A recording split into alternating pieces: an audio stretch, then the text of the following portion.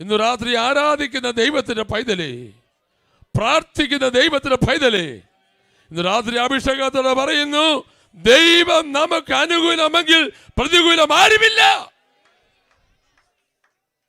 ആമേൻ. ഉൽപ്പത്തി തൊട്ട് വെളിപ്പാട് വരെ പഠിച്ചു നോക്ക്. ദൈവം അനുകൂലമായി നിന്ന ചരിത്രമല്ലേ?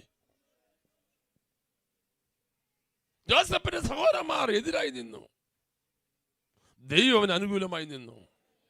പൊത്തിപ്പന്റെ ഭാര്യ അവന് എതിരായി നിന്നു, ദൈവം അനുകൂലമായി നിന്നു. കരാഗര പ്രമാണി അവൻ എതിരായി നിന്നു, ദൈവം അനുകൂലമായി നിന്നു. ഹല്ലേലൂയ. നിന്റെ നേരെ വന്ന ശത്രുക്കളെ കണ്ട് നീ പേടിക്കല്ലേ. അവരല്ല നിന്നെ ന്യായം വിധിക്കാൻ പോകുന്നത്, അവരല്ല നിന്നെ സഹായിക്കാൻ പോകുന്നത്.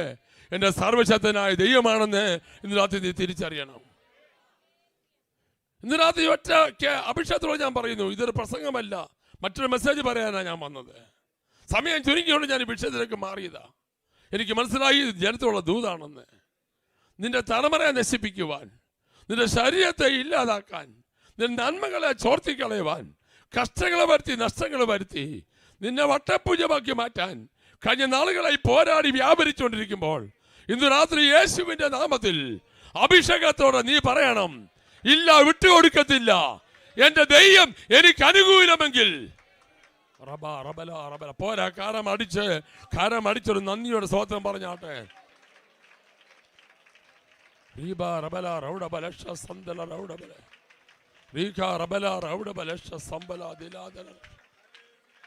ദേവദാസന്മാരെ, പ്രസ്ഥാനം നമുക്ക് അനുകൂലമായത് കൊണ്ടല്ല, രാഷ്ട്രീയക്കാർ നമുക്ക് അനുകൂലമായത് കൊണ്ടല്ല, ഗവൺമെന്റ് നമുക്ക് അനുകൂലമായത് കൊണ്ടല്ല, പണം നമുക്ക് അനുകൂലമായത് കൊണ്ടല്ല.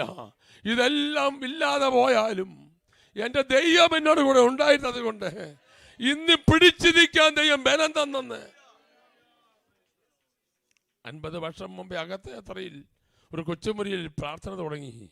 ആ പ്രാർത്ഥന നിൽക്കാൻ കാര്യം ദൈവം അനുകൂലമായത് കൊണ്ടാണ്.